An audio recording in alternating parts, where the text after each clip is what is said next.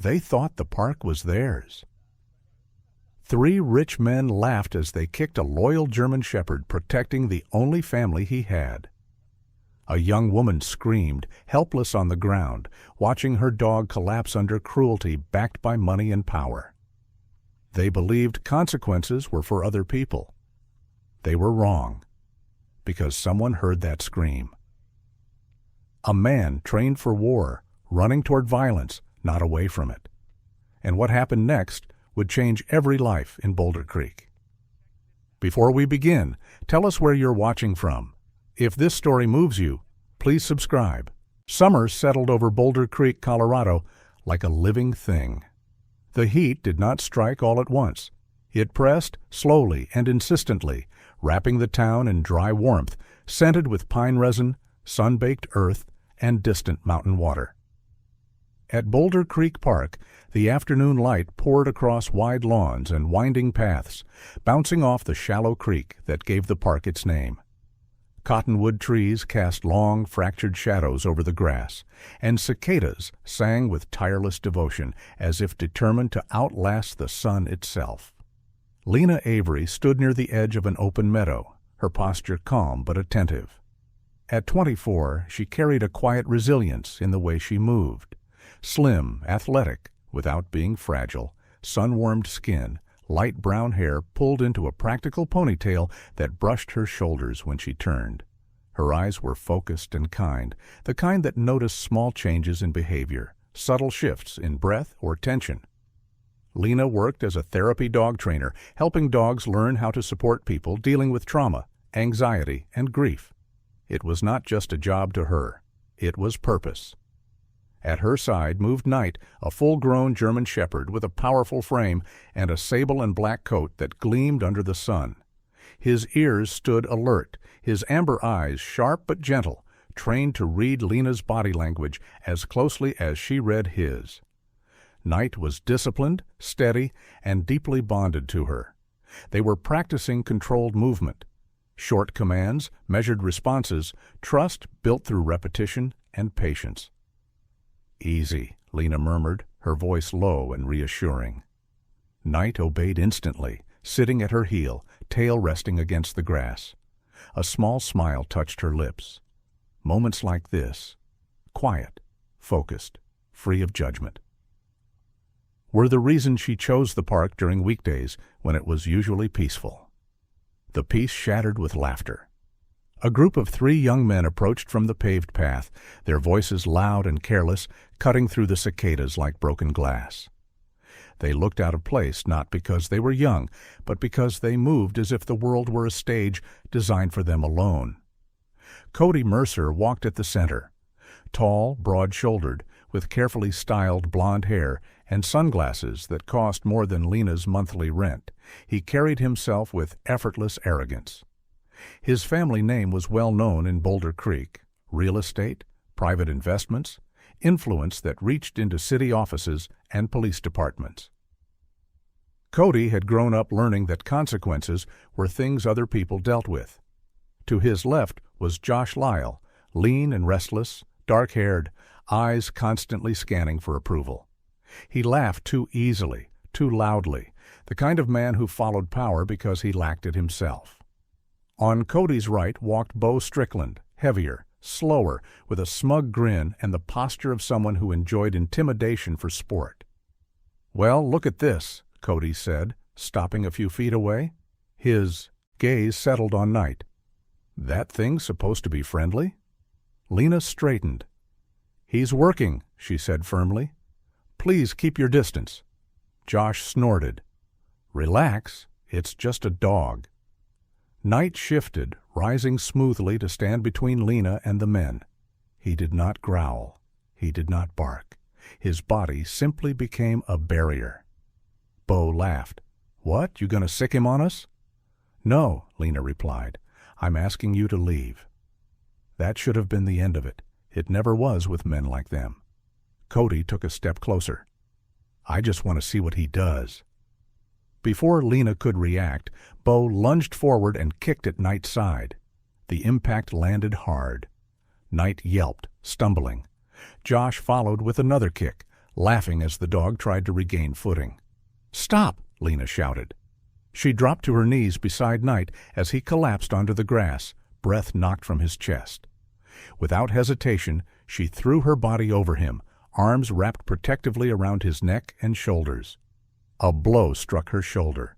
Another caught her back. Her face hit the ground, dirt filling her mouth, the world spinning with pain.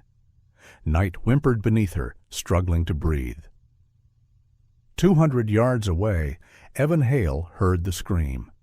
Evan was nearing the end of his run, sweat darkening the fabric of his shirt, his stride steady and controlled. In his late 20s, he was tall and lean, his build forged by years of military training rather than show. Short, dark hair lay damp against his forehead, his jaw clean-shaven, his features sharp and composed. Even off-duty, there was nothing casual about him. He ran without headphones. He always did. The sound, raw, desperate, cut through the summer noise. Evan did not hesitate. His direction changed in a single fluid motion, boots pounding across grass as his eyes locked onto the scene ahead. He took it in instantly. One woman on the ground, shielding a dog. 3 men standing over them, violence in progress. He reached them in seconds. "Step away," Evan said, his voice calm and low. Cody turned, surprised. "Mind your business." Evan moved. Josh felt the world tilt as Evan's arm locked around his wrist, twisting just enough to drop him to his knees without breaking bone. Bo charged and found himself face down in the grass, Evan's knee pinning him with surgical precision. Cody swung wildly and missed. Evan sidestepped, redirected the momentum, and sent him stumbling backward. It was over in less than 10 seconds. Evan stood between them and Lena, breathing steady, eyes cold but controlled. None of the men were seriously hurt. They were simply finished. "Leave," Evan said. Cody stared at him, rage and disbelief warring on his face. But something in Evan's expression, flat, unyielding, made him hesitate. Without another word, Cody backed away, pulling Josh and Bo with him, their bravado gone. Evan turned immediately to Lena. She was shaking, arms still wrapped around Knight.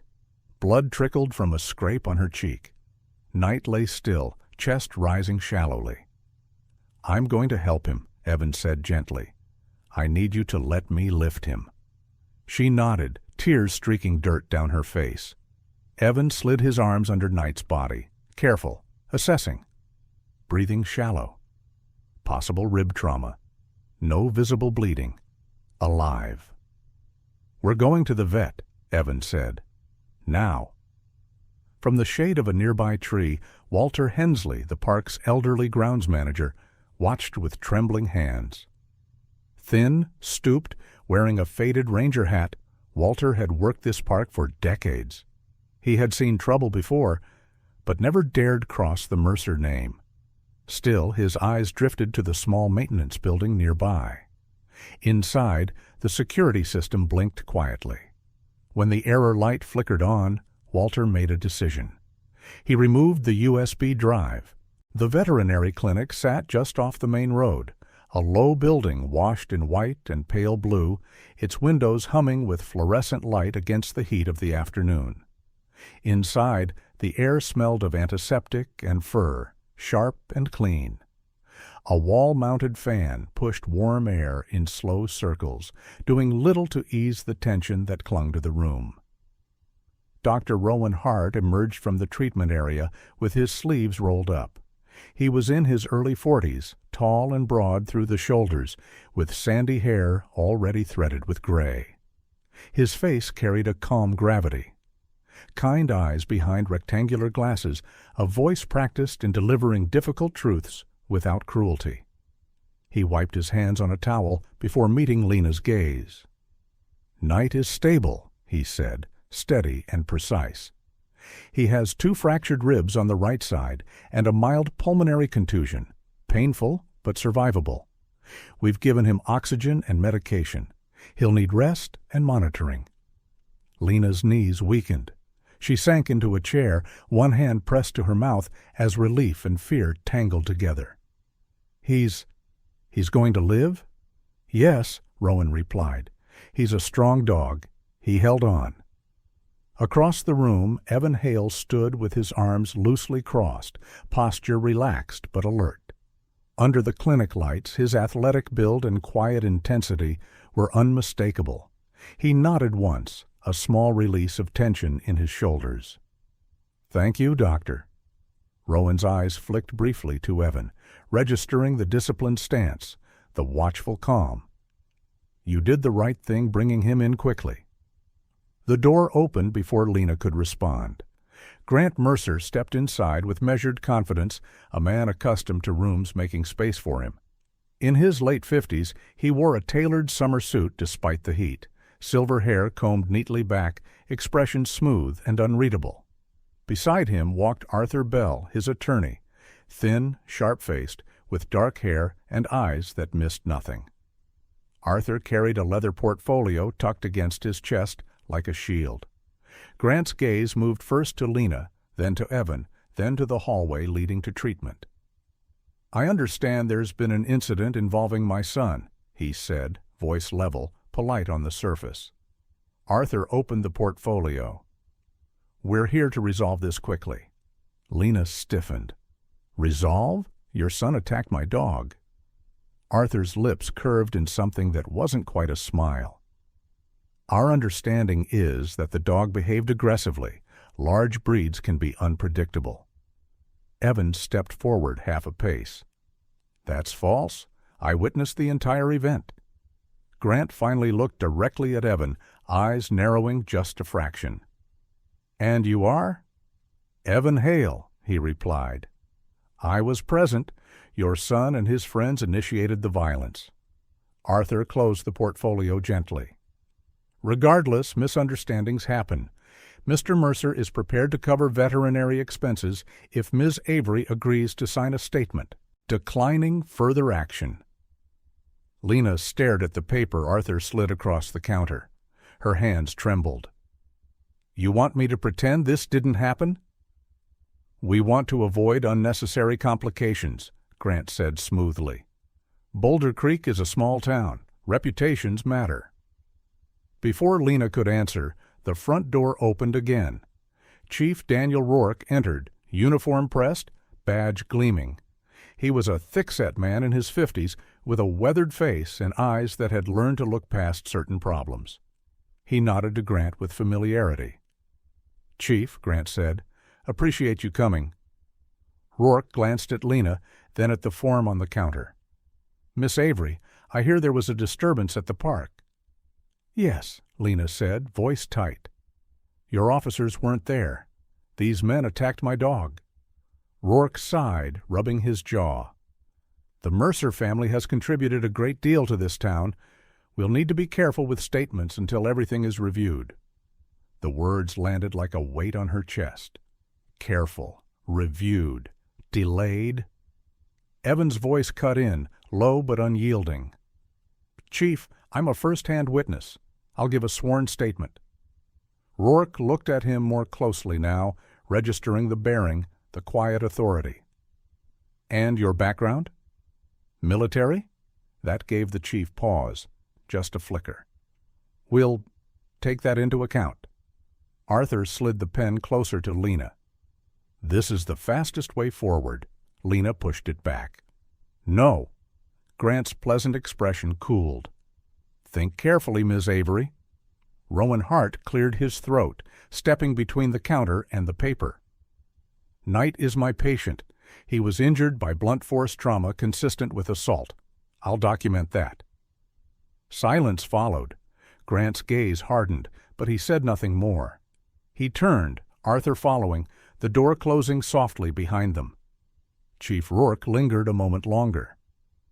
"We'll be in touch," he said, already retreating. When they were gone, the clinic felt smaller, the air heavier. Lena folded inward, shoulders shaking. "They do this all the time," she whispered. "They make people disappear with paperwork." Evan crouched beside her, keeping a respectful distance. "You're not alone." She laughed bitterly. "I always am." The words spilled out then, the years scraping by on scholarships and part-time jobs, the art center that dismissed her because she couldn't pay full fees, the quiet humiliation of being told she wasn't a good fit. "Night was the first thing that stayed," she said. "When I couldn't." Evan saw it then, the same hollow look he'd seen in mirrors after deployments, after funerals with folded flags. Loss layered on loss, survival mistaken for weakness. "I lost someone," he said softly. "A teammate. I kept moving. Thought that meant I was fine." He met her eyes. "It didn't." Night stirred in the back room, a low, familiar whine. Lena wiped her face and stood. "I want to see him," Rowan nodded. "Just for a moment." As she disappeared down the hallway, Evan remained, jaw set. Grant Mercer's measured tone echoed in his head. This wasn't over. It was just beginning. Outside, summer pressed on, bright and indifferent. Evening settled along the lake like a held breath. The water reflected the last copper streaks of sunset, rippling softly against the rocks that edged the narrow road. Lena's apartment complex sat back from the shoreline, an aging two-story building with weathered siding and balconies that faced the water. The air was cooler now, but the day's heat still clung to the concrete, radiating upward as she unlocked her door. Inside, the apartment was modest and tidy. A small couch, a narrow kitchen, framed photos of dogs she had trained over the years. The silence felt heavier than usual. Night was not there to greet her, and the absence hollowed the room. The first stone struck the door with a dull crack. Lena froze. A second stone followed, then a third, ricocheting off the metal railing outside. Male laughter cut through the dusk, sharp and careless. "Come out," a voice called. Cody's. "We just want to talk." Her heart slammed against her ribs. She backed away from the door, hands shaking, phone already in her grip.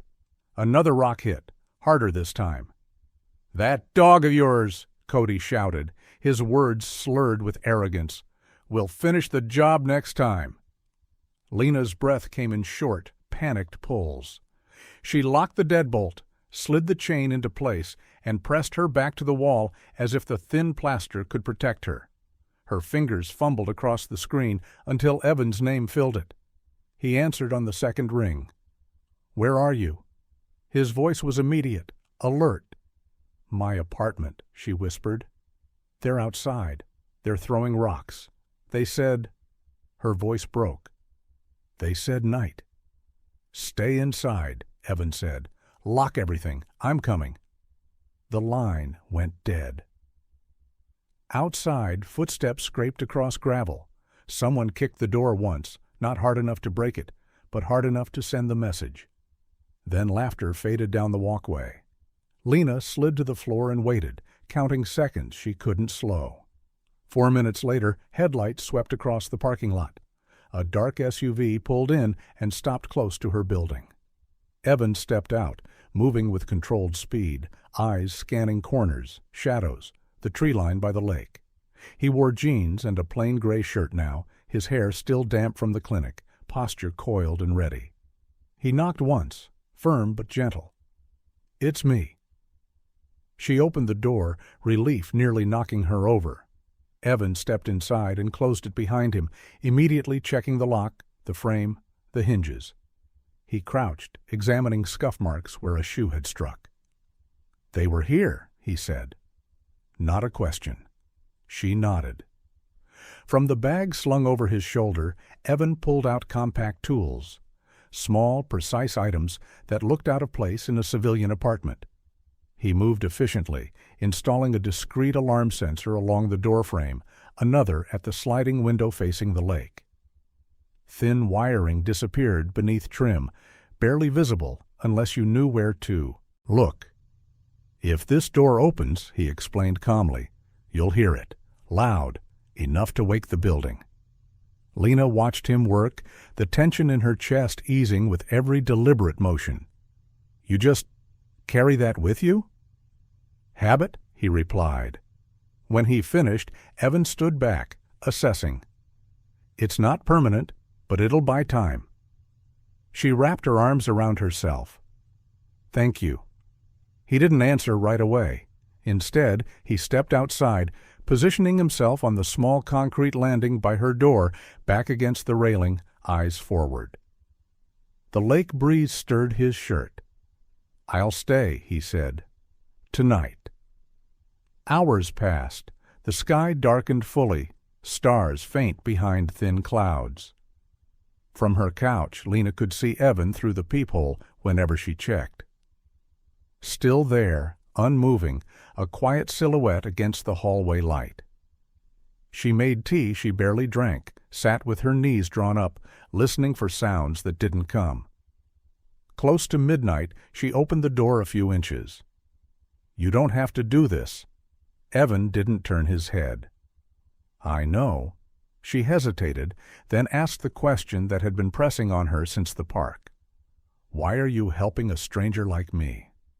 He considered it. The lake reflected pale moonlight now, broken by wind. "Because you didn't deserve what happened," he said, "and because people like them rely on everyone else looking away." That was all. Lena leaned against the doorframe, letting the quiet settle between them. It wasn't awkward. It was steady. Trust forming in the absence of promises. Across town, under the yellow glow of maintenance lights, Walter Hensley sat alone in the park office. The old desk fan rattled as it turned. He stared at the small USB drive resting in his palm, the plastic warm from his skin. His reflection in the window looked tired. Lined face, thinning white hair beneath his cap, shoulders slumped by years of choosing silence. He replayed the footage once more on the office monitor. The kicks, the woman on the ground, the dog's collapse. Walter swallowed hard. He powered down the system, slipped the USB into an envelope, and locked the office. The decision felt heavier than any he'd made in decades, and also strangely lighter. Just before dawn, Walter drove to the lake. He parked a short distance away and waited until he saw Evan still at his post, eyes alert despite the long night. Walter approached slowly, hands visible. Up close, he looked even older. Stooped, thin, eyes rimmed red with exhaustion and resolve. "I saw what happened," Walter said quietly. "In the park." Evan studied him, reading intent. "You're the grounds manager?" Walter nodded. "I've watched that family ruin people for years." He held out the envelope. "This is from the security cameras. It was going to disappear." Evan took it, feeling the weight of more than plastic inside. "Why now?" Walter exhaled. "Because that girl didn't let go of her dog." Evan nodded once. "Thank you." Walter didn't linger. He walked back to his car, shoulders straighter than before. When the sun finally crested the hills, washing the lake in soft gold, Evan stood and stretched, the long night etched into his posture. Lena opened the door fully this time, the morning air cool against her face. "They didn't come back," she said. "No," Evan replied. "They won't tonight." She followed his gaze toward the water, where light spread gently across the surface. For the first time since the clinic, she felt something like calm. The night air above Boulder Creek carried the scent of resin and cooling stone. Pines clustered along the low ridge behind Lena's apartment complex, their trunks pale in the moonlight, needles whispering as the breeze slid through.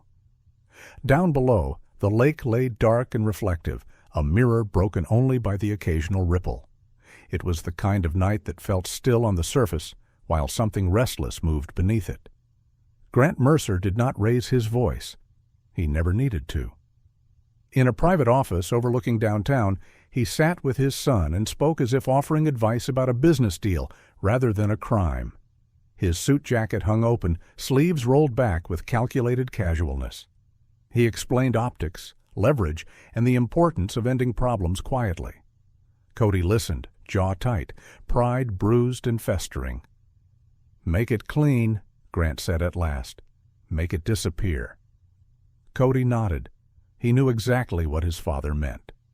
Josh Lyle waited in the passenger seat of Cody's car, knee bouncing, eyes darting. He looked smaller at night, his earlier bravado thinning under the weight of consequence. Bo Strickland leaned against the hood, arms crossed, broad frame blocking the glow from the street lamp. He smiled when Cody approached. "Let's get it done," Bo said. They drove toward the lake. Across town, Dr. Rowan Hart moved quietly through his house, turning off lights one by one. His place sat at the edge of a residential street bordered by tall pines, the kind of neighborhood that grew hushed after dark. Knight lay on a blanket near the bedroom door, bandages snug around his ribs. Each breath was shallow, careful, but steady. When a breeze carried the faint scent of water and summer grass through the open window, Knight lifted his head and released a low, aching sound, tail thumping once against the floor. Rowan knelt beside him, hand gentle on the dog's neck. "Easy, boy," he murmured. "You're safe." Knight's ears angled toward the night, listening for something he could not see. At Lena's apartment, the lights were off. Evan Hale stood inside the living room, the darkness intentional. He had shifted furniture into quiet angles, creating narrow lanes of movement and pockets of shadow. A small lamp lay on its side behind the couch, wired to a switch he could trigger from the hallway. Another light had been fitted with a motion sensor, its beam aimed low to catch ankles and knees. He tested each setup once, then waited. The envelope from Walter rested on the kitchen counter. Evan had watched the footage earlier, enough to know what it would mean when the time came. For now, it stayed sealed. The sound of a car door slamming echoed faintly from the lot. Cody tried the front door first. It held. He backed up and drove his shoulder into it, wood cracking with a sharp report. Josh flinched. Bo laughed. They spilled inside, flashlights already on, beams slicing through the dark. The first step triggered the low lamp. Light flared across the floor, blinding them for half a second. That was enough. Josh felt his arm caught and twisted, pain spiking as Evan redirected him into the wall. Bo charged forward, heavy steps telegraphed, and vanished into shadow. A soft thud followed, breath knocked out of him as Evan took his legs and pinned him without striking. Cody swung wildly, fury guiding his hands more than skill. Evan stepped inside the arc, controlled the wrist, and sent Cody down hard, face first, the air leaving him in a grunt. It ended quickly. Zip ties clicked closed. Flashlights clattered to the floor. Evan stood, breathing even, scanning for movement. He checked each man, methodical, then stepped back into the kitchen as sirens approached. One set, then another. Sergeant Amelia Brooks arrived first. She moved with purpose, a tall woman in her late 30s with dark hair pulled into a tight bun and eyes that missed nothing. Her uniform was immaculate, her expression unreadable as she took in the scene. 3 restrained men, a broken door, tools scattered near the entry.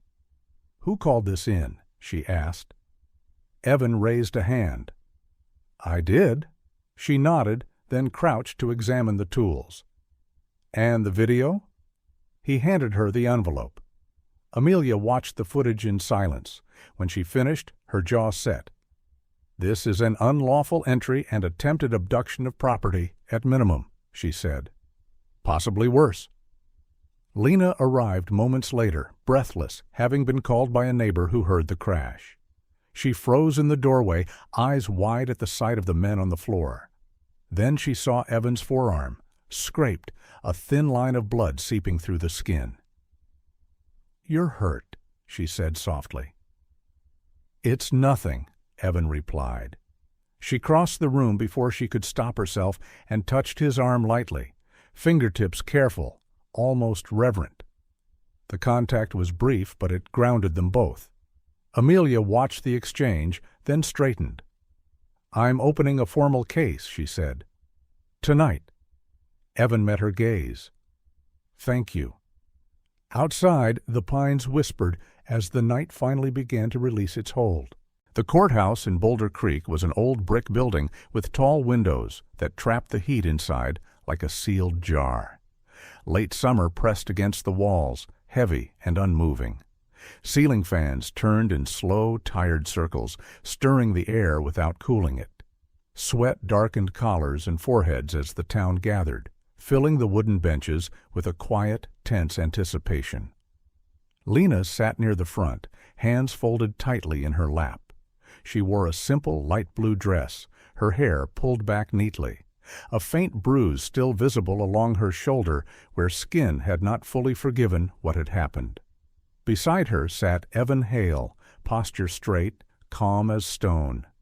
He wore a plain button-down shirt with sleeves rolled to his forearms, his presence steady and unassuming, yet unmistakably grounded. Night lay at Lena's feet, leash loose in her hand. His ribs were healed now, his breathing strong, eyes alert and clear. Across the aisle, the Mercer legal team whispered urgently among themselves.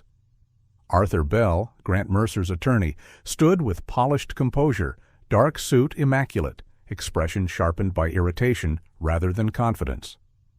Grant Mercer himself was absent from the benches, his name already entangled in investigations larger than this courtroom, but his shadow lingered in every tense exchange. Judge Eleanor Whitcomb entered with measured steps. In her early 60s, she had silver hair cut short and eyes that carried the weight of decades on the bench. When she sat, the room quieted completely.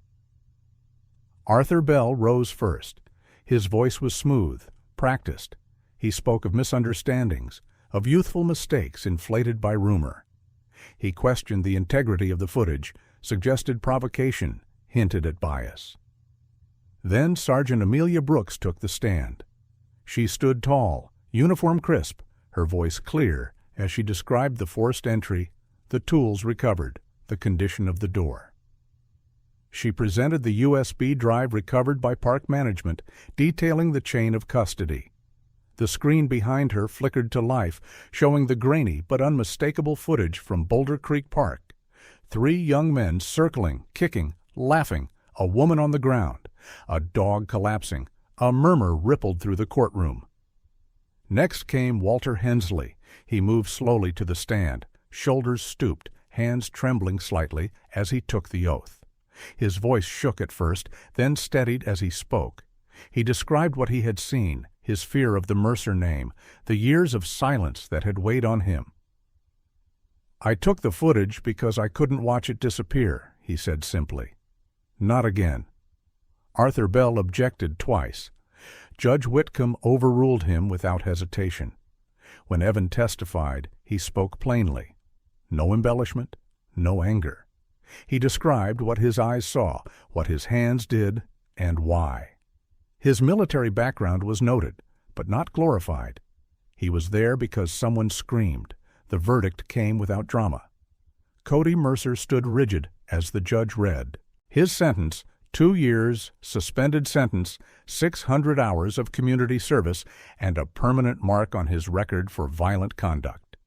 His face drained of color, arrogance collapsing inward. Josh Lyle followed. 1 year suspended sentence and 400 hours of community service. Tears streaked down his face as his name echoed through the room. Bo Strickland received 1 year of probation with mandatory behavioral counseling. He stared at the floor, jaw clenched, hands fisted. Judge Whitcomb paused before continuing. "Regarding Grant Mercer," she said, voice firm, "this court refers evidence of tax evasion and witness intimidation to the state prosecutor. Mr. Mercer is hereby removed from all municipal advisory positions pending trial." A quiet gasp spread through the benches. Chief Daniel Rourke did not meet anyone's eyes as his dismissal was read aloud. Termination for obstruction and abuse of authority. His badge lay heavy on the clerk's desk. Outside, the heat felt different, lighter. Days later, the park bloomed again under the same sun that had once witnessed cruelty. Grass shimmered gold green. Children ran barefoot near the creek. Lena walked slowly along the path, Knight at her side. He moved confidently now, stride strong, tail high, his coat catching the light with every step. At the clinic, Dr. Rowan Hart taped a handwritten sign to the front door. He stood back, reading it once more. Free recovery care for animals affected by abuse. His hands were steady, his expression resolute. Inside, volunteers moved quietly, voices gentle. Evan watched from the shade of a cottonwood tree as Lena guided Knight through a simple exercise, her voice calm, assured. When she finished, she laughed softly, the sound unguarded. "I was offered another deployment," Evan said when she joined him. "I turned it down." She looked up, searching his face. "Are you sure?" "Yes," he exhaled slowly. "I want to stay. Help here, if you'll have me." Knight stepped forward, pressing his head against Evan's leg, then resting it gently against his hand. Evan smiled, the tension he had carried for years easing into something quieter, warmer. Lena slipped her fingers into his. He held them without hesitation. Above them, the cicadas sang their last summer song. The light softened, stretching long and forgiving across Boulder Creek. For the first time in a long while, the darkness felt finished. This story reminds us that cruelty often hides behind power, money, and silence, but it only survives when good people look away. In everyday life, we may not face moments as dramatic as this one, yet we all encounter choices where courage matters. To speak up for someone weaker, to refuse comfort built on injustice, to stand still when walking away would be easier. Real strength is not found in domination or fear. It lives in restraint, in compassion, and in the quiet decision to protect rather than harm. Sometimes the smallest act, believing a victim, offering help, refusing to stay silent, can change the direction of a life. If this story moved you, share it with someone who needs a reminder that justice, though slow, is real. And that kindness still has weight in this world. We'd love to hear your thoughts. What moment in this story stayed with you the most, and why? Leave a comment below and join the conversation. For more stories of courage, loyalty, and second chances, subscribe to the channel and walk with us through journeys where hope always finds its way back.